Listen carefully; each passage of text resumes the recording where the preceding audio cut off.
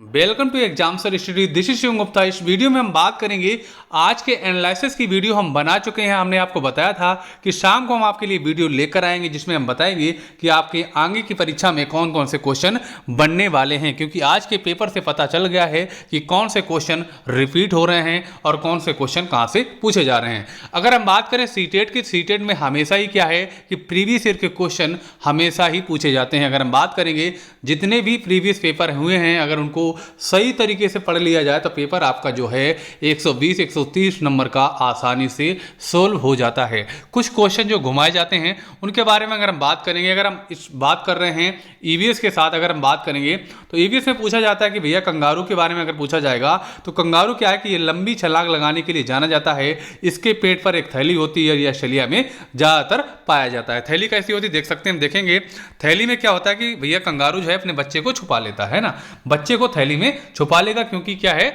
बच्चा थैली में छुप जाता है ना। इस तरीके के हम बात इस वीडियो में सारे के सारे जो टॉपिक हैं रखने वाले हैं। क्वेश्चन आपका चींटियों के ऊपर आया था, उसमें बताया गया था कौन से जो मतलब चींटियां हैं, ततैया हैं, दीमक हैं और आपका मधुमक्खी है। उसके अलावा आपके ऑप्शन एक दिया था, कौन सा दिया था, मकड़ी दिया था, यानी कि कौन सी चीजें समूह में रहती हैं कौन सी नहीं रहती। अगर मकड़ी की बात करते हैं समूह में नहीं रहती, चींटियां जो है समूह पर रहती हैं। यानी जमीन पर अगर चींटियों की बात करें क्या है, जमीन पर कुछ ऐसा छोड़ती हैं जिसे सूंघकर पीछे आने वाली चींटियों का रास्ता मिल जाता है। अगर आपने देखा वो चींटी एक लाइन सीधी में जाती हैं, क्यों? क्योंकि वो कुछ पदार्थ ऐसा छोड़ के जाती हैं जिससे चींटियां क्या है सीधी लाइन में चली जाती हैं।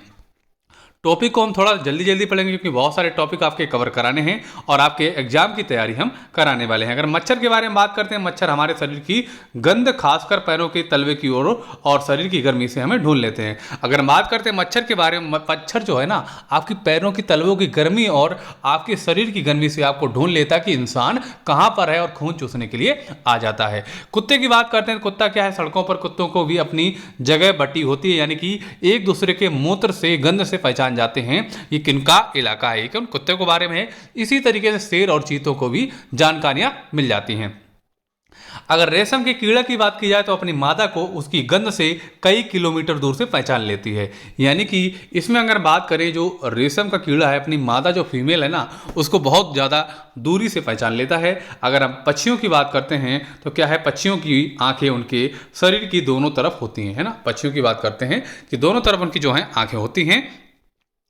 पक्षी एक ही समय में दो अलग अलग चीज़ों में नज़र डाल लेते हैं, क्योंकि आंख एक इधर होती है एक इधर होती है। ये टॉपिक हम आपके पहले ही कंप्लीट करा चुके हैं, लेकिन आपके एग्जाम में क्या पूछा जा रहा है तो इंपॉर्टेंट आपके लिए हम लेकर आए हैं।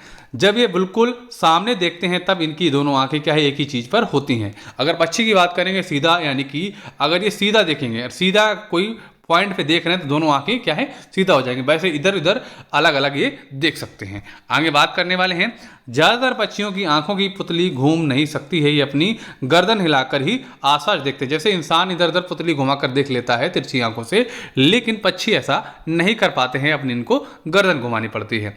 उल्लू के बारे में आज क्वेश्चन पूछा गया था। अगर उल्लू की बात की जाए तो उल्लू किसी भी दिशा में अपनी गर्दन को लगभग 360 डिग्री, यानी कि कह सकते हैं 270 डिग्री है घुमा सकता है। यानी कि अगर यहां पर है इधर घुमाएगा तो 270 डिग्री और घुमा लेगा। अब हम बात करते हैं मैना के बारे में, यानी कि अपनी गर्दन झट से कौन हिलाती है, वो क्या है, मैना।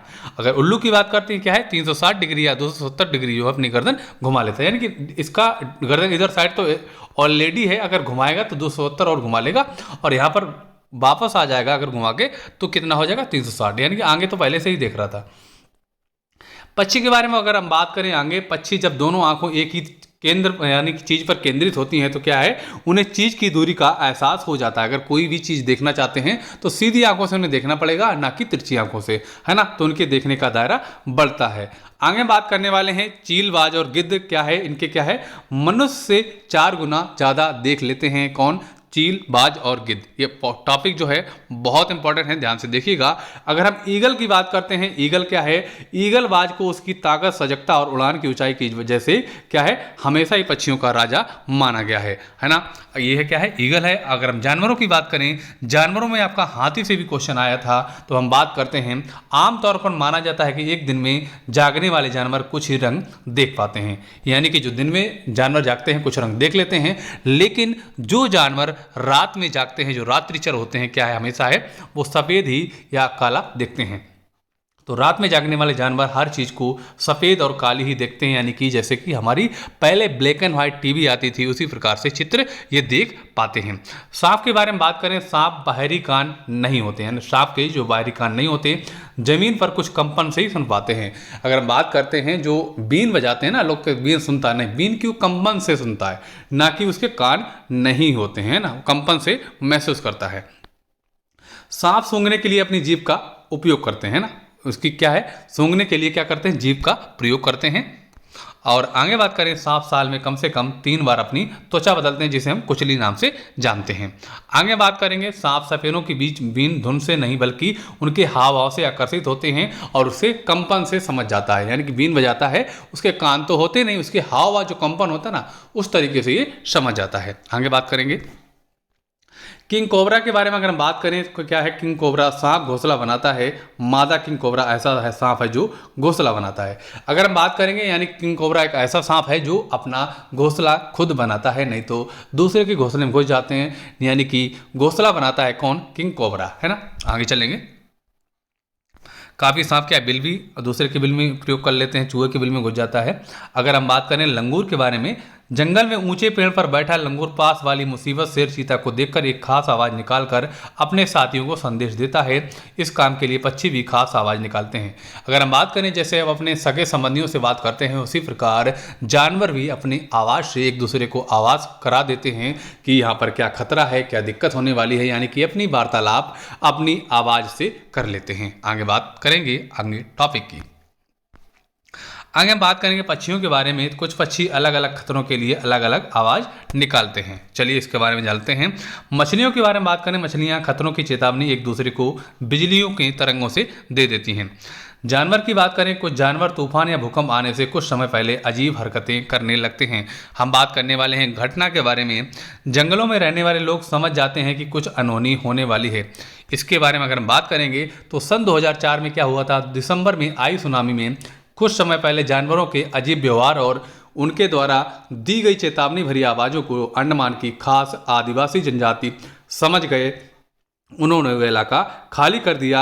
इस प्रकार क्या उन्होंने सुनामी से क्या है बच गए, क्योंकि वहाँ पर सुनामी बहुत बुरी आई थी जिससे काफ़ी लोग मारे जा सकते थे। लेकिन उन्होंने समझ लिया जानवर इस तरीके की आवाज़ निकाल रहे हैं तो कोई खतरा आने वाला है, तो उन्होंने अपने घर पहले ही खाली कर दिए थे, है ना। अब बात करेंगे डॉल्फिन के बारे में। डॉल्फिन भी एक अलग तरह की आवाज़ें निकालती है और एक दूसरे से बात कर सकती है ना, यानी कि अपने मछलियों में बात कर सकती है। वैज्ञानिक का मानना है कि कई जानवरों की अपनी पूरी भाषा है, यानी कि वैज्ञानिक मानते हैं जैसे पुरुष बात करते हैं, यानी कि लोग जो हैं या पुरुष की बात नहीं कर सकते, यहाँ पे लिंग विभेद हो जाएगा, यानी कि जो इंसान है एक तरीके से चाहे फीमेल हो चाहे मेल हो, जैसे ये लोग बातें करते हैं, मानव बात करता है, उसी तरीके से जानवर भी बात कर लेते हैं, यानी कि भाषा उनकी होती है।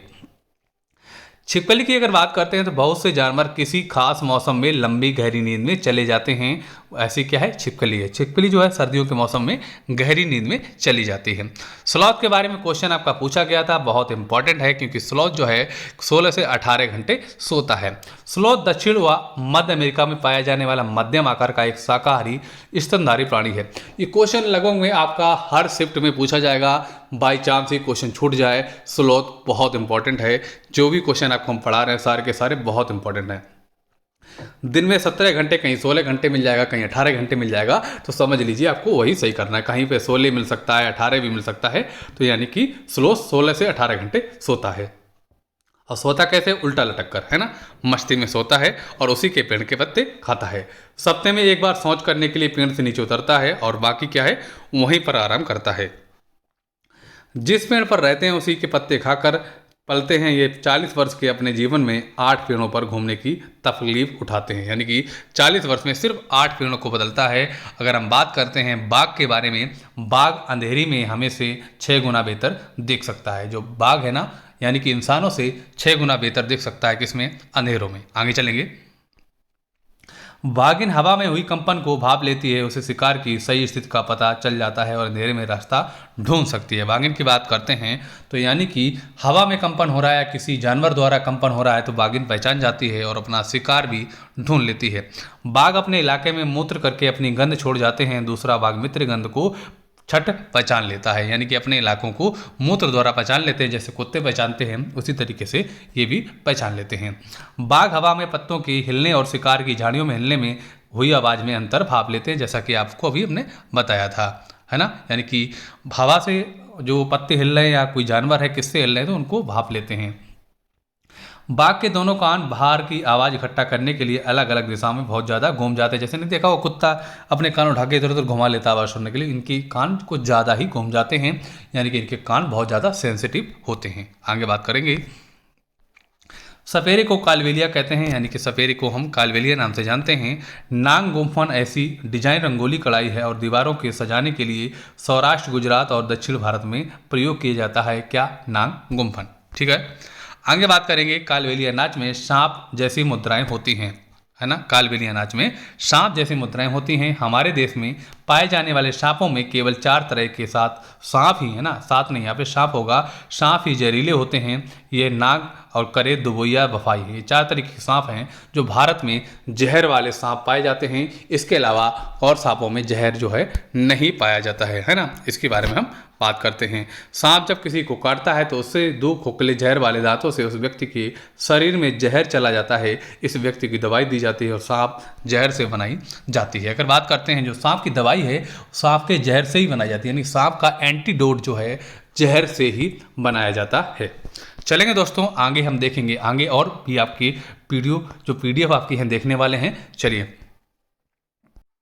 अब देखेंगे, हम कुछ रोग देख लेते हैं। रोग भी आपके बहुत ज़्यादा पूछे जाते हैं, रोग से भी क्वेश्चन आपके बन रहे हैं। अगर हम बात करते हैं प्लेग रोग कैसे होता है, मुख्य रूप से एक कृंतक रोडेंट यानी प्राणियों प्राय चूहे का रोग है जो पास्चुरेला पेस्टिस नामक जीवाणु से द्वारा उत्पन्न होता है। किससे होता है? चूहे द्वारा फैल जाता है। जीवाणु कौन सा है?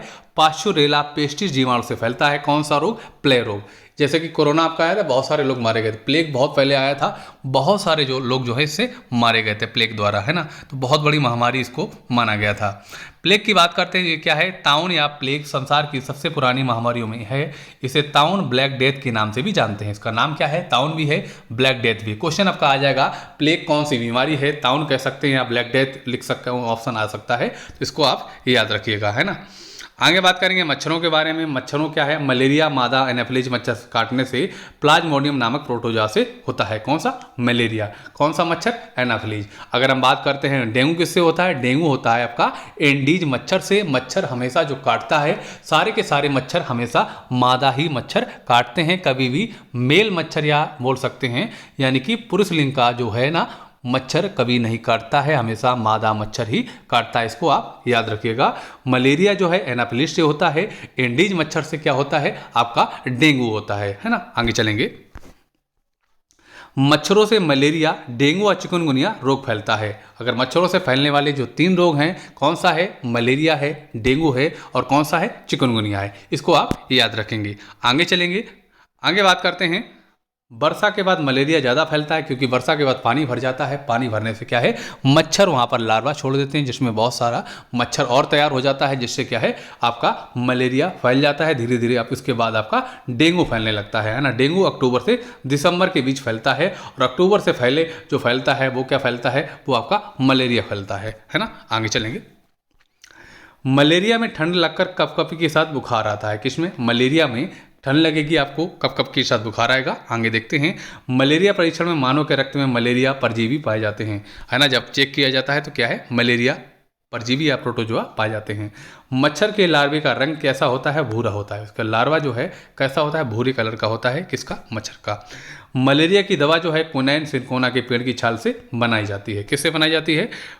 क्विनाइन सिनकोना के छाल से। डेंगू का मच्छर साफ पानी में अंडे देता है। जो डेंगू है ना, हमेशा साफ पानी या भरा देखेगा, अपने अंडे दे देगा, एक तरीके से लार्वा छोड़ देगा।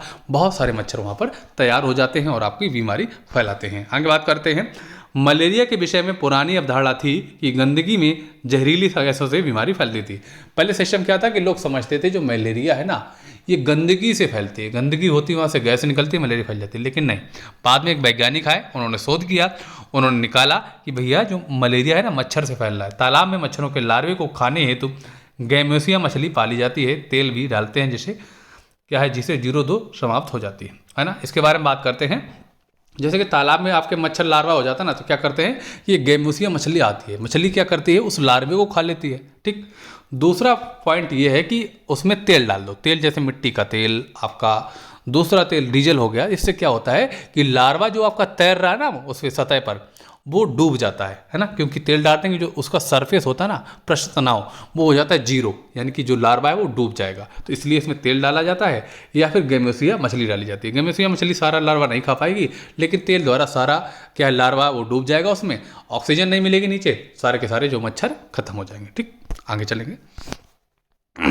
अब हम बात करने वाले, जैसे नहीं एक अवधारणा थी पुरानी कि मच्छर जो का रोग, मलेरिया जो रोग है ना मच्छरों वाला, वो एक गैस गंदगी से फैलता है। लेकिन एक रोलांड रास जो वैज्ञानिक आए, उन्होंने निष्कर्ष निकाला, उन्होंने खोज की कि रोलांड रास ने खोज की कि मलेरिया मच्छर के काटने से होता है। इसका पता उन्होंने सिकंदराबाद के अस्पताल में लगाया है ना। ये विदेशी वैज्ञानिक जो भारत में आए, तो उन्होंने पता लगाया कि जो मलेरिया है ना, ये आपका मच्छर के काटने से फैला है, ना कि गंदगी से फैला है। तो पुरानी अवधारणा यही थी कि गंदगी से फैलता है ना। हम बात करते हैं रोनाल्ड राश के बारे में। 1902 में इन्हें क्या नोबेल पुरस्कार मिला था, है ना, कि इन्होंने अच्छे काम किए थे, बीमारी की खोज की। इन मच्छरों का रंग भूरा हुआ, पंख चीरदार थे, उनके पेट में जीवाणु रहते थे, किसमें, जिससे क्या है, मलेरिया फैलती थी। जैसे कि आपको हमने बताया था, जो मलेरिया का लार्वा है ना, एक तरीके से लार्वा जो मच्छर का होता है ना, वो कैसा होता है, भूरा होता है। तो वही है, भूरा एवं पंख चीरदार थे, किसके, मच्छर के।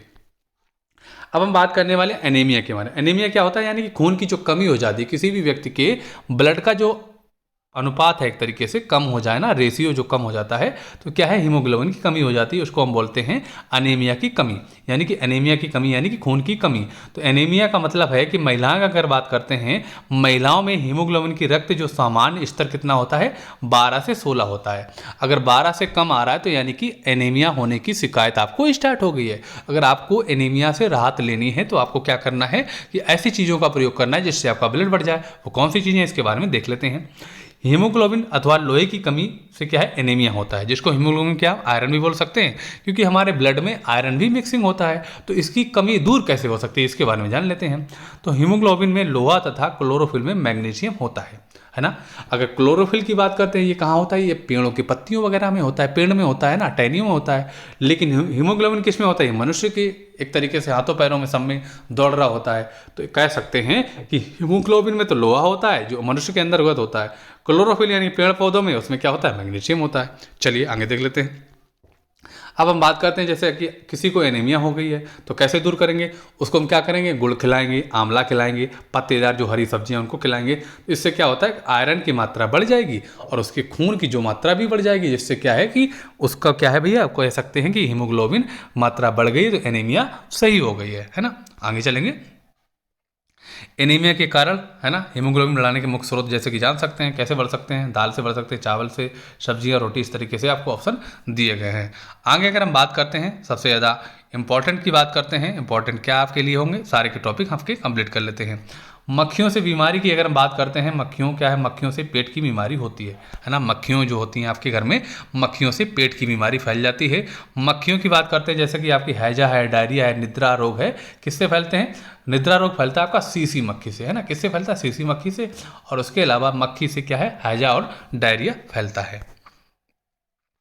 अब हम बात करते हैं, ये आपके हैं जीवाणु जनित रोग, जिसे हम कह सकते हैं बैक्टीरिया से होने वाले रोग। तो बैक्टीरिया से कौन से रोग होते हैं, कुष्ठ रोग होता है, हैजा होता है, टीबी होता है, निमोनिया होता है, डायरिया होता है, खाद्य विषाक्तता होता है, और क्या है, पोलियो विषाणु जनित रोग जो है ये आपका किससे होता है, जीवाणु जनित रोग है। अब हम बात करते हैं विषाणु जनित रोग, यानी कि आपका एड्स हो गया, चेचक हो गया, इन्फ्लुएंजा हो गया, डेंगू हो गया, ट्रेकोमा हो गया, मेनिनजाइलिस हो गया, खसरा हो गया, रेबीज हो गया, गलसुआ हो गया, पीलिया हो गया, और क्या, पोलियो हो गया। ये सारे के सारे जो रोग आपके हैं कौन से हैं, बैक्टीरियल यानी कि वायरस हैं। यहाँ पे अगर हम बात करेंगे तो क्या होगा, यहाँ पे आपका वायरस हो जाएगा, विषाणु जनित रोग है ना। बैक्टीरियल वाले जीवाणु तो ये थे आपके, लेकिन यहाँ पे क्या हो जाएगा, आपका वायरस हो जाएगा। तो बैक्टीरियल कलर लिखा है, यहाँ पे हो जाएगा आपका वायरस वाले रोग, है ना, ये आपके वायरस वाले हो जाएंगे। ठीक है, आगे चलेंगे। निम्न में से कौन सा जोड़ी गलत है, रेबीज कुत्ते से होता है, ठीक है, टर्फर्म सुअर से, प्लेग चूहा से, पोलियो बंदर से नहीं होता, ये गलत है ना, आपका बी वाला इसमें गलत हो जाएगा। चलिए आगे हम बात करते हैं, आगे और आपकी और भी वीडियो देख लेते हैं। यहाँ से भी क्वेश्चन आपका आज आया था। अगर हम बात करते हैं यहाँ से मधुमक्खी पालन से क्वेश्चन आपका आया था। जैसे कि पूछा गया था कि मधुमक्खी एक सामाजिक कीट है, तो उसमें पूछा गया था ऐसा कौन सा कीट है जो एक सामाजिक नहीं है। तो इनमें एक रानी मक्खी होती है, छत में कुछ ड्रोन होते हैं, कुछ मक्खियों का काम करने वाली होती हैं। यानी कि अगर बात करते हैं इस छत्ता बनाया जाता है मक्खी में, उसमें एक रानी मक्खी होती है और सारी की सारी जो मेल मक्खियाँ वो कम काम करती हैं, यानी कि ज़्यादा सहयोग नहीं करती हैं, और उसमें ड्रोन मक्खियाँ जो हैं काम करती हैं। मधुमक्खी ज़्यादातर लीची के फूल पर मंडराती रहती है। लीची के फूल फरवरी में खिलते हैं।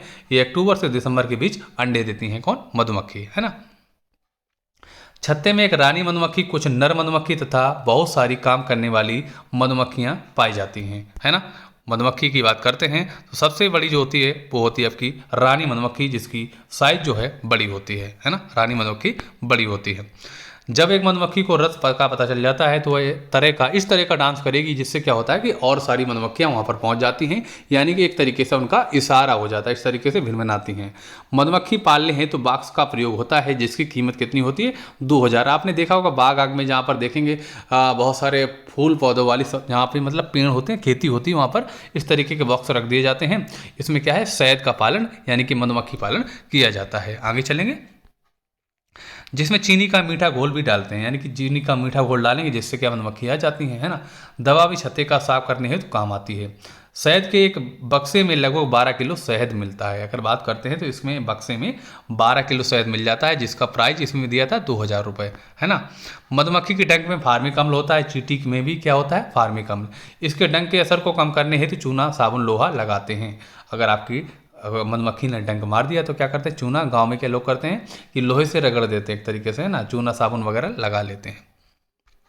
चलिए आगे चलेंगे। अभी आपको ने पढ़ाया था एक क्वेश्चन आपका पेपर का हूँ का मतलब सेम टू सेम छपाया था कि चींटियां, दीमक, ततैया समूह में रहते हैं, और क्वेश्चन था कि मकड़ी जो है समूह में नहीं, तो ऑप्शन में मकड़ी भी थी। तो यानी कि कह सकते हैं क्वेश्चन आपका बिल्कुल सेम पूछा गया था। ये क्वेश्चन आपके बहुत सारे के सारे जितना आपने पढ़ाया ना, आपको सारा का सारा वही पूछा जा रहा है। यानी कि पूछेंगे कहाँ से? सिलेबस से ही तो पूछेंगे। सारा प्रीवियस ईयर सिलेबस सब कुछ तो हमने आपको पढ़ा ही दिया है, तो पूछेंगे। आप प्लेलिस्ट में जाके हमारे सारी वीडियो देख सकते हैं। अगर हम बात करेंगे इनके डंक भी फार्मिक अम्ल होता है किसमें? आपकी चींटियों वगैरह में। चींटी छुपाई बिल का ध्यान रखते हैं। चींटियों की 3 जोड़ी टांगें होती हैं। कितनी? 3 जोड़ी होती हैं। झूम खेती की बात करते हैं। झूम खेती करने का एक तरीका है जो पहाड़ों पर मिजोरम में होती है। लॉटरी द्वारा खेती की जमीन देने की प्रथा कहाँ पर है? मिजोरम में। कैसे मिलती है? ये लॉटरी द्वारा मिलती है ना। झूम खेती में एक फसल काटने के बाद जमीन को कुछ साल हेतु आराम करने हेतु यानी कि छोड़ दिया जाता है, ताकि जमीन की उर्वरा शक्ति बढ़ सके, यानी कि जो उसकी शक्ति है अच्छे से फसल दोबारा हो सके, इसके लिए उसको छोड़ दिया जाता है। इस जगह जो बांस या जंगल उग जाते हैं उसे उखाड़ते नहीं हैं, बस गिराकर जला देते हैं, है ना। कहाँ पर? यहाँ पर। अगर बात करते हैं, क्वेश्चन ये भी आया था कि बांस के घर कहाँ बनाए जाते हैं? वो आपके असम में बनाए जाते हैं। इस तरीके के भी क्वेश्चन आपके पूछे जा रहे हैं। क्वेश्चन है कि फिर जब इस जमीन में खेती की बारी आती है तो जमीन को जोता नहीं जाता, मिट्टी को हल्के से हिलाकर बीज छिड़क देते हैं। एक ही खेत में अलग अलग तरह के बीज जैसे मकई, सब्जियां, मिर्च और चावल बो दिए जाते हैं, क्योंकि यहाँ पर ज़्यादा खेती नहीं है और यहाँ पर खेत को क्या है? जोता नहीं जाता है ना। एक तरीके से यहाँ पर जैसे हमने अपने यहाँ देखिएगा ट्रैक्टर से, बैलों से जुताई होती है, ऐसा उधर साइड नहीं किया जाता है। चेराव नाच मिजोरम में किया जाता है। मिजोरम में बांस के बर्तन के कप होते हैं। कहाँ पर? मिजोरम में, है ना। चेराव नाच कहाँ का है? मिजोरम का है। बहुत इंपॉर्टेंट है, इसको याद रखिएगा। चलिए आगे हम देख लेते हैं दूसरी पीडीएफ को। आगे हम देखेंगे वृक्षों के बारे में, यानी कि बहुत सारी जो जानकारियाँ आपके पर्यावरण से हैं। जैसे खिजड़ी का वृक्ष क्वेश्चन आपका काफ़ी बार पूछा गया है। खिजड़ी की बात करते हैं तो क्या सन 1731 में राजस्थान के जोधपुर में अमृता देवी बिश्नोई ने खिजड़ी गांव में खिजड़ी वृक्षों को बचाने हेतु 363 महिलाओं के साथ स्वयं का बलिदान दे दिया था। किसके लिए? खिजड़ी वृक्षों के लिए। क्या पर यहाँ पे जो वृक्ष जो है काटे जा रहे थे, एक तरीके से राजा के महल के प्रयोग के लिए वृक्षों को काटा जा रहा था, लेकिन इन्होंने क्या अपने प्राण को निछावर करके, जिनका नाम क्या था? अमृता देवी बिश्नोई ने खिजड़ी वृक्षों की क्या है? रक्षा की थी, है ना। इनके साथ साथ क्या है? 363 महिलाओं ने अपना भी बलिदान दे दिया था। ये बात कब की है? 1731 की है। भारत सरकार ने इनके सम्मान में अमृता देवी वन्य जीव संरक्षण राष्ट्रीय पुरस्कार भी शुरू किया था, है ना। इनकी छाल की दवा हेतु काम हेतु प्रयोग होती है। इसकी लकड़ी में कीड़ा भी नहीं लगता। किसमें? खिजड़ी की जो वृक्ष हैं इसकी लकड़ी में कीड़े नहीं लगते हैं। इसकी फली इनकी सब्जियों जो फलियां होती हैं ना, इनकी फलियों की सब्जी बनाई जाती है। पेड़ और जानवर हमारे बिना रह सकते हैं, यानी कि पेड़ और जानवर हमारे बिना रह सकते हैं पर हम उनके बिना नहीं रह सकते हैं। ये खेजड़ी गांव के बुजुर्गों का कथन था, यानी कि पेड़ बहुत इंपॉर्टेंट हैं, यानी कि पेड़ इनके लिए इतने इंपॉर्टेंट हैं कि इन्होंने अपने इसको बचाने के लिए सभी लोगों ने क्या है जान दे दी थी। आगे चलेंगे, बीजों के बारे में बात करते हैं। बीजों का प्रकीर्णन हवा जल व जीवों द्वारा होता है। यानी कि बीजों की बात करते हैं, अगर बीज एक जगह उगा है तो क्या होता है, हवा द्वारा, जल द्वारा, जीवों द्वारा हो जाता है। कैसे, हवा चलेगी तो एक बीज दूसरी जगह उड़ के पहुंच जाता है, पानी में गिर गया तो पानी द्वारा दूसरी जगह पहुंच जाता है। जीवों का मतलब हो गया पक्षियों द्वारा, पक्षी द्वारा एक तरीके से उस फल को खाया गया और बाद में कहीं छोड़ दिया गया या बीज को उठा ले गए। इस तरीके से बीज क्या है फैल जाता है। सोयाबीन की बात करते हैं। सोयाबीन की फलियां पककर सूख जाती हैं, चटक कर बीज बिखर जाते हैं। यानी कि बात करते हैं सोयाबीन का बीज कैसे बिखरता है, ये फलियां पककर सूख जाती हैं, चिटक कर बहुत दूर तक फैल जाती हैं, है ना। अगर बात करते हैं पुर्तगाली लोग क्या मिर्च लाए थे, दक्षिण अफ्रीका से लाए थे, है ना। बात करते हैं भारत में मिर्च कहाँ से आई, पुर्तगाली लोग मिर्ची दक्षिण अफ्रीका से लाए थे, है ना। लाल मिर्च की बात करते हैं तो कहाँ से आई थी, ये भैया दक्षिण अफ्रीका से आई थी। भिंडी, गोभी और मटर भारत में अफ्रीका से लाया गया था। कहाँ से, भारत में अफ्रीका से भारत लाया गया। क्या, भिंडी, गोभी और मटर कहाँ से आया था, अफ्रीका से आया था। याद रखिएगा, क्वेश्चन आपका पूछा जरूर जाएगा। चाय असम से लाई गई और सोयाबीन चीन से, है ना। अगर बात करते हैं चाय कहाँ से, आसाम से आई और सोयाबीन आपका चीन से आया था। आगे चलेंगे, बैंगन, मूली, सेम, करेला, पालक, मेथी, आम, संतरा, बेर व केला, ये सब के सब कहाँ के हैं, भारतीय हैं। कहेंगे हमारी जो सब्जियां घर की हैं ना, एक तरीके से भारतीय कौन कौन हैं, सेम, करेला, पालक, मेथी, आम, संतरा, बेर व केला, सब सारे के सारे क्या हैं, भारतीय हैं। थ्रेसर की बात करते हैं। दाने को बाली से अलग करने हेतु थ्रेसर का प्रयोग किया जाता है। चाहे आप झोर कर करें, चाहे मशीन द्वारा करें, उसको नाम ही होता है थ्रेशिंग। यानी कि थ्रेसर का मतलब होता है क्या है, बीजों को आपको क्या है उससे अलग कर लेना है एक तरीके से दाने को। निष्वासन की बात करते हैं। निष्वासन क्या है, मिनोइंग की बात करेंगे। दाने को भूसे से अलग करने की प्रक्रिया को कौन निष्वासन कहते हैं, है ना। इसको क्या कहेंगे, निष्वासन कहेंगे।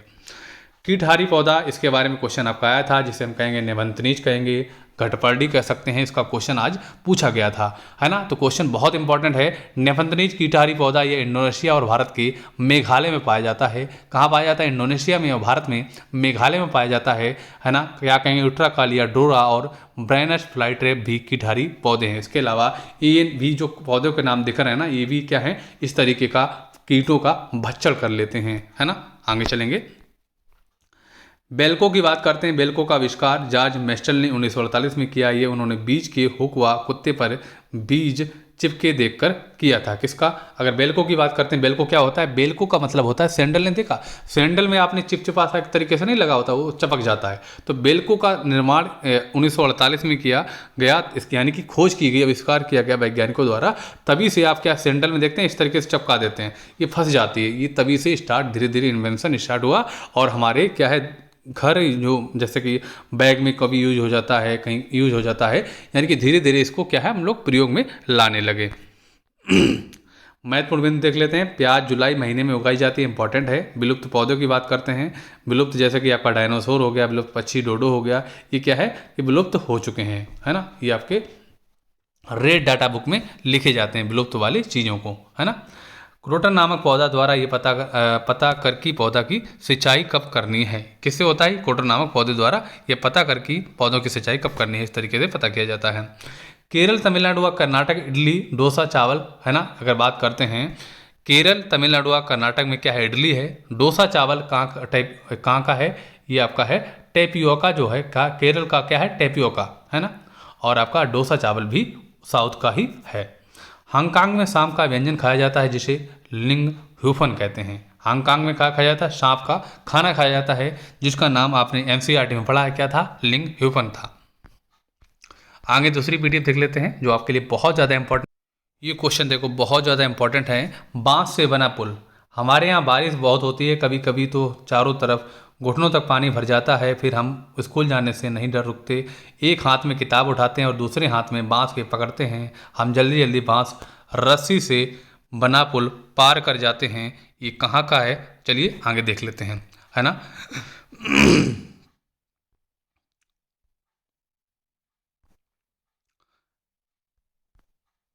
ये आपका है असम का। कहाँ का है? असम का। असम में ही बांस के घर बनाए जाते हैं, क्योंकि पानी ज़्यादा बरसता है तो घर को ऊंचाई बढ़ाने के लिए 8-10 फुट के बांस रख लिए जाते हैं, उसके ऊपर घर लकड़ी का बनाया जाता है। बांस के बने पुल कहाँ पर हैं? ये असम के पाए जाते हैं, जिससे बच्चे स्कूल जाते हैं। ट्रॉली से बात करते हैं। ट्रॉली से स्कूल जो इस तरीके का जाने वाला पहाड़ों में है, कहाँ का है? लद्दाख में है। स्कूल पहुँचने के लिए किसका? ट्रॉली का प्रयोग करते हैं। कहाँ के बच्चे? लद्दाख के बच्चे। आगे चलेंगे, आगे देखेंगे। आगे दिया है कि सीमेंट का पुल। हम भी कई बार कई जगह पानी पार करना पड़ता है, तब हम भी पुल से जाते हैं, और सीमेंट, ईंटों और लोहे के सरियों से बने पुल होते हैं। देखो, पुल पर चढ़ने उतरने के लिए सीढ़ियाँ भी हैं, है ना। इस तरीके का कहाँ पर होता है? ये आपका मैदानी इलाकों में भी मिल जाता है, और काफ़ी जगह पानी वाले भी जगह पर आपका इस तरीके का दृश्य मिल जाता है। अब हम बात करते हैं बल्लम। बल्लम कहाँ प्रयोग की जाती है? बल्लम जो नाव होती है एक तरीके की, ये आपकी केरला में प्रयोग की जाती है। केरल के कुछ भागों में बच्चे पानी को पार करने के लिए बल्लम लकड़ी बनी छोटी नाव में बैठकर स्कूल जाते हैं। कहाँ पर? केरल के बच्चे। अब हम बात करते हैं ऊँट गाड़ी के बारे में। ऊँट गाड़ी कहाँ पर प्रयोग होती है? कहाँ पर? राजस्थान में। हम रेगिस्तान में रहते हैं, हमारे यहाँ दूर दूर तक रेत रेत नजर आती है। दिन में तो रेत खूब तपती है, हम ऊँट गाड़ी से बैठकर स्कूल पहुँचते हैं। कहाँ पर? ये ऐसा दृश्य कहाँ पर देखने को मिलता है? ऐसा दृश्य आपको देखने को मिलता है राजस्थान में। बैलगाड़ी की बात करते हैं। बैलगाड़ी कहाँ पर प्रयोग की जाती है? विलेज इन द प्लेन्स, यानी कि जो मैदानी क्षेत्र हैं, गंगा के मैदानी क्षेत्र हैं, वहाँ पर प्रयोग की जाती है बैलगाड़ी। आपने भी बचपन में शायद अगर बैलगाड़ी पर बैठा होगा तो आपको पता जरूर होगा। हम बैलगाड़ी पर बैठकर हरे भरे खेतों में से धीरे धीरे निकलते हुए स्कूल पहुँचते हैं। तेज धूप बारिश हो तो अपनी छतरियों को खोल लेते हैं। कौन? बच्चे लोग।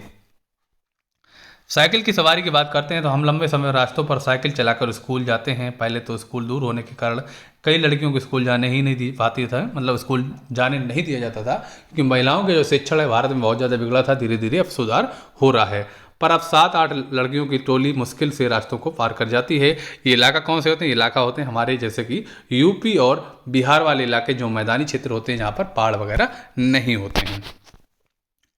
जुगाड़ की बात करते हैं। जुगाड़ आपने देखी होगी, गुजरात की एक जुगाड़ इस तरीके की, इसमें क्या है? बाइक लगी होती है, यानी कि बुलेट टाइप की या कोई भी बाइक आगे बंधी होती है, और पीछे का आपका जुगाड़ गाड़ी तरीके से बनी होती है। हमारी गाड़ी का नाम जुगाड़ है। ये फटफट करती चलती है, शानदार। आगे से देखो तो मोटर बाइक तरह दिखाई देती है, पर पीछे से लकड़ी के फट्टों से बनाई जाती है। अब हम बात करते हैं जंगल से जाते बच्चे। स्कूल पहुंचने के लिए हमें घने जंगल से निकलना पड़ता है। कहीं कहीं पर जंगल इतना घना होता है, क्या होता है कि दिन में भी रात जैसा लगता है। उस सन्नाटे में कई पक्षियों और जानवरों की आवाज़ें सुनाई देती हैं। ये कौन से आपका जंगली इलाका हो गया? सबसे ज़्यादा जंगल कहाँ पाए जाते हैं आपके? अगर हम बात करेंगे परसेंटेज की तो आपका मिजोरम में पाया जाता है, यानी कि पूर्वी इलाका, भारत का पूर्वी इलाका। अगर बात करते हैं एरिया की वाइज से, मध्य प्रदेश में बहुत सारा जंगल जो है पार्ट पाया जाता है ना। आगे चलेंगे। बर्फ़ की बात करते हैं। आपकी बर्फ़ पर चलते बच्चे, ये आपका नॉर्थर्न हिल्स है, यानी कि उत्तरी इलाके की बात करते हैं। एक तरीके से हिमालय तरीके की बात करते हैं, हिमालय साइड की।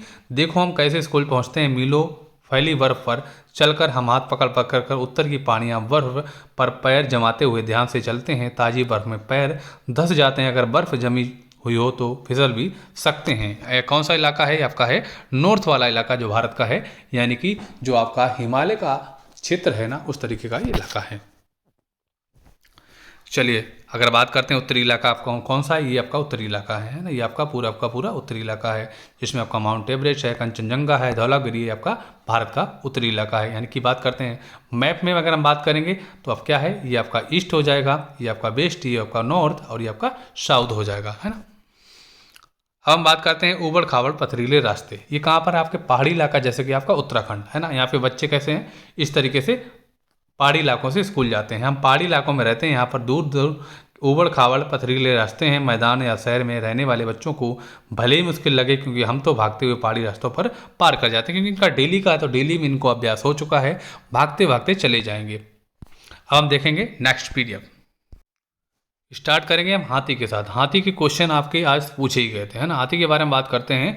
प्रारंभिक स्तर पर जीवों का वर्गीकरण जो आपका किया गया है, इसमें अगर हम बात करते हैं हाथियों से स्टार्ट करते हैं, तो हाथियों की बात करते हैं। हाथियों की विशेषता की बात करें, हाथी झुंड में रहते हैं। एक बड़ा हाथी एक दिन में 100 किलो से ज़्यादा पत्तियाँ खा लेता है, केवल 2 से 4 घंटे ही सोता है। इसके अपोजिट कौन होता है? स्लॉथ। स्लॉथ सोता है आपका 16 से 18 घंटे। बुजुर्ग हथनी झुंड की नेता होती है ना, कौन होती है? अगर बात करते हैं तो इनके ग्रुप में कितने होते हैं? 10 से 12 हाथी हुआ, बच्चे एक झुंड में रहते हैं, कहीं पर 10 से 15 मिल जाएगा। हाथी 14 से 15 साल की आयु तक झुंड में रहते हैं।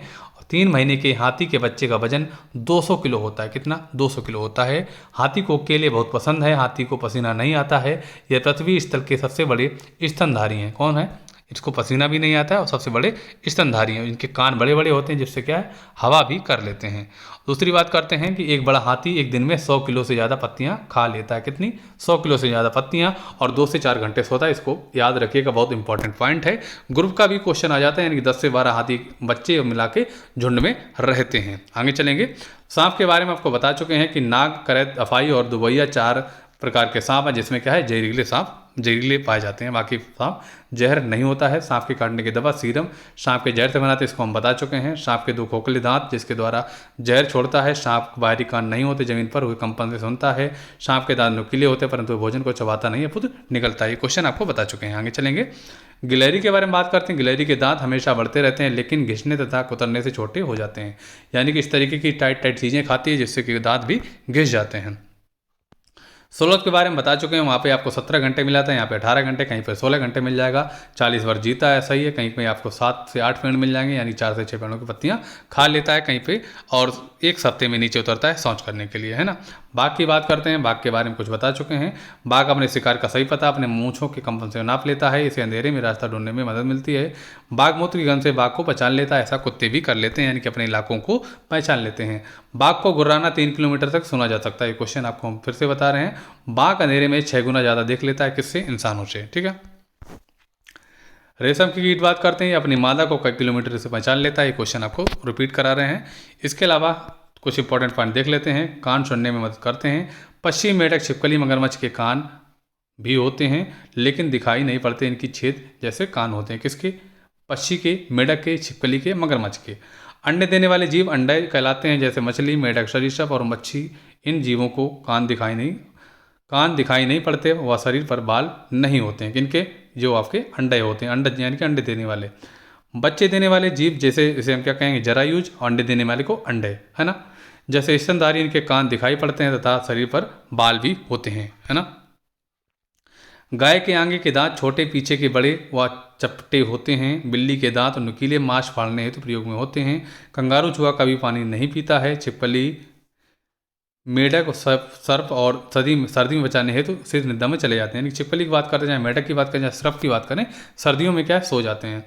गाय 4 घंटे, अजगर 18 घंटे और जिराफ 2 घंटे और बिल्ली 12 घंटे, हाथी 4 घंटे तथा शेर 8 घंटे सोता है। पॉइंट याद रखिएगा। सांप को नचाने वाले को कालबेलिया आपको बता चुके हैं। कालबेलिया लोग सांप के डंक के निशान से जान लेते हैं कि कौन से सांप ने काटा है।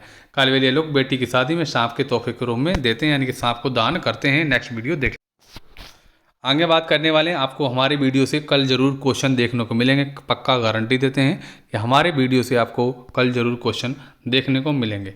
अगर हम बात करेंगे पक्षियों द्वारा बनाए जाने वाले घोंसले, इंडियन रॉबिन बर्ड द्वारा, कलचुड़ी द्वारा कौन सा घोंसला बनाया जाता है? ये पत्थरों के बीच मुलायम घोंसला बनाती है, जैसे टहनी, जड़ें, ऊन, बाल का प्रयोग करती है। कौन? इंडियन रॉबिन बर्ड, जिसका नाम कलचुड़ी भी है। इसको याद रखिएगा। नेक्स्ट आपका कौवा है। कौवा ये अपना घोंसला पेड़ के सबसे ऊंची डाल पर बनाता है। कौवे के घोंसले में लोहे के तार टहनियाँ होती हैं। कौवे के घोंसले में कोयल अंडे देती है। किसमें? कौवे के घोंसले में कौन अंडे देती है? कोयल। यानी कि कोयल के अंडे बच्चों को कौन पालता है? कौवा पालता है। आगे चलेंगे। दार्जिलिंग चिड़िया की बात करते हैं। अपने नुकीली चोंच से पत्तों में छेद कर सीकर घोंसला बनाती है। कौन सी? यानी कि पत्तों को सिलकर घोंसला बनाती है। कौन सा पक्षी? दार्जिलिंग चिड़िया। आगे चलिए। बीवर पक्षी की बात करते हैं। बीवर पक्षी नर घोंसला बनाता है तथा मादा उसे चुनती है। यानी कि बीवर पक्षियों का ऐसा प्रेम होता है एक तरीके से, जो नर अच्छा घोंसला बना के देता है, मादा पक्षी उसी के साथ क्या करती है, एक तरीके से विवाह कर लेती है, उसी के साथ रहती है। ठीक है, उसी को एक तरीके से चुन लेती है। जिसका अच्छा घोंसला मिलेगा उसको चुन लेगी। आगे चलेंगे। फाख्ता पक्षी की बात करते हैं। फाख्ता पक्षी क्या है? कैक्टस के कांटों के बीच मेहंदी के मेड़ में अपना घोंसला बनाता है। कौन? कैक्टस के कांटों के बीच यह है आपका फाख्ता चिड़िया, फाख्ता पक्षी। बात करते हैं गौरैया कबूतर पक्षी के बारे में। गौरैया आमतौर पर घर के आसपास घोंसला बनाती है, अलमारी के पीछे, छत व आईने के पीछे। कबूतर पुराने मकान के खंडरों में क्या है, घोंसला बनाता है। आगे बात करेंगे बसंत गौरी पक्षी। ये पेड़ के तनों में गहरा छेद बनाकर अंडे देती है, यानी कि इसके चोंच इतनी मजबूत होती है कि पेड़ में छेद करके क्या है अंडे देती है। आगे चलेंगे, बात करेंगे शक्करखोरा पक्षी की। बात करेंगे, पेड़ या झाड़ी की डाली पर लटकता घोंसला बनाते हैं। इसमें रुई, सूखे पत्ते व कपड़े के चीथड़े होते हैं। किसके? शक्करखोरा के पक्षी के घोंसले में। उल्लू की बात करते हैं, एक रातिचर प्रणाली है जो अपनी गर्दन 360 घुमा लेता है। कभी अपनी गर्दन की अगर कंपेयर किया जाए तो 270 घुमा लेगा। उसके अलावा आपका क्या है, मैना जो है झट से गर्दन हिलाती है। मैना पक्षी क्या? रेगिस्तान में मैना चिड़िया पाई जाती है। मैना अपनी गर्दन को झटके से पीछे कर लेती है। क्वेश्चन आपका काफ़ी बार पूछा गया है तो इसको आप याद रखिएगा। ये है आपका मैना चिड़िया। झटके से जो पक्षी आपकी गर्दन घुमाता है, पीछे करता है, वो कौन है? मैना है। बगुला पक्षी की बात करते हैं। बगुला भैंस पर बैठकर उसके कीटों को खाता है। भैंस को कीड़ों से छुटकारा मिलता है और बगुले को भोजन मिल जाता है। यानी कि अब देखा होगा बगुले जो हैं भैंस के ऊपर बैठ जाते हैं, जिससे क्या है कि कीटों को खाते रहते हैं। महत्वपूर्ण पॉइंट देख लेते हैं। पक्षियों के पंख उड़ने, सर्दी गर्मी से बचाने हेतु रूपांतरित हैं। पक्षियों की चोंच में दांत नहीं होते हैं। पक्षियों में मूत्राशय नहीं होता। ये प्रवास पर जाते हैं। ये समतापी प्राणी होते हैं। पक्षियों के हृदय में 4 कोष्ठ होते हैं। गौरैया, फाख्ता, शक्करखोरा जोड़ों में रहते हैं, अपना घोंसला स्वयं बनाते हैं। यानी कि गौरैया, फाख्ता, शक्करखोरा जो पक्षी हैं हमेशा मेल फीमेल रहते हैं, अपना घोंसला स्वयं बनाते हैं। एमू, कीवी, पेंगुइन, रिया व शुतुरमुर्ग ना उड़ने वाले पक्षी हैं। अगर बात करते हैं, ये मतलब पक्षी जो है उड़ नहीं पाते हैं। पक्षी केवल अंडे देने के लिए घोंसला बनाते हैं। अप्रैल महीने में कौन? पक्षी जो है अप्रैल महीने में सिर्फ क्या है अंडे देने के लिए घोंसला बनाते हैं। पक्षियों की हड्डी खोखली होती है, उनमें हवा भरी हुई होती है। पक्षी एक ही समय में 2 आंखों से अलग अलग चीज़ों पर डाल सकते हैं। पक्षी घूमने हेतु अपनी गर्दन को ज़्यादा घुमाते हैं क्योंकि उनकी आंखों की पुतलियाँ घूम नहीं सकती। यानी पक्षी जो देखने हेतु हैं इंसानों की तरह इधर उधर पुतलियाँ नहीं घुमा सकते, उनको गर्दन घुमानी पड़ती है। चीलबाज व गिद्ध 4 गुना देख लेते हैं। किससे? आदमियों से। अगर चीता की बात करते हैं तो 6 गुना देख लेते हैं। रात में जागने वाले जानवर हर चीज़ को कैसा देखते हैं? काला सफ़ेद, यानी कि ब्लैक एंड वाइट देख सकते हैं, बता चुके हैं। अगर दोस्तों आपको हमारा वीडियो पसंद आया तो हमारी मेहनत पसंद आई तो वीडियो को अवश्य लाइक करें, ज़्यादा से ज़्यादा शेयर करें। अगर चैनल को सब्सक्राइब नहीं किया सब्सक्राइब कर लें, जिससे आपको हमारे डेली की डेली जो वीडियो हैं मिलते रहें। मिलेंगे आपको अगले वीडियो के साथ। तब तक के लिए जय हिंद, वंदे मातरम साथियों।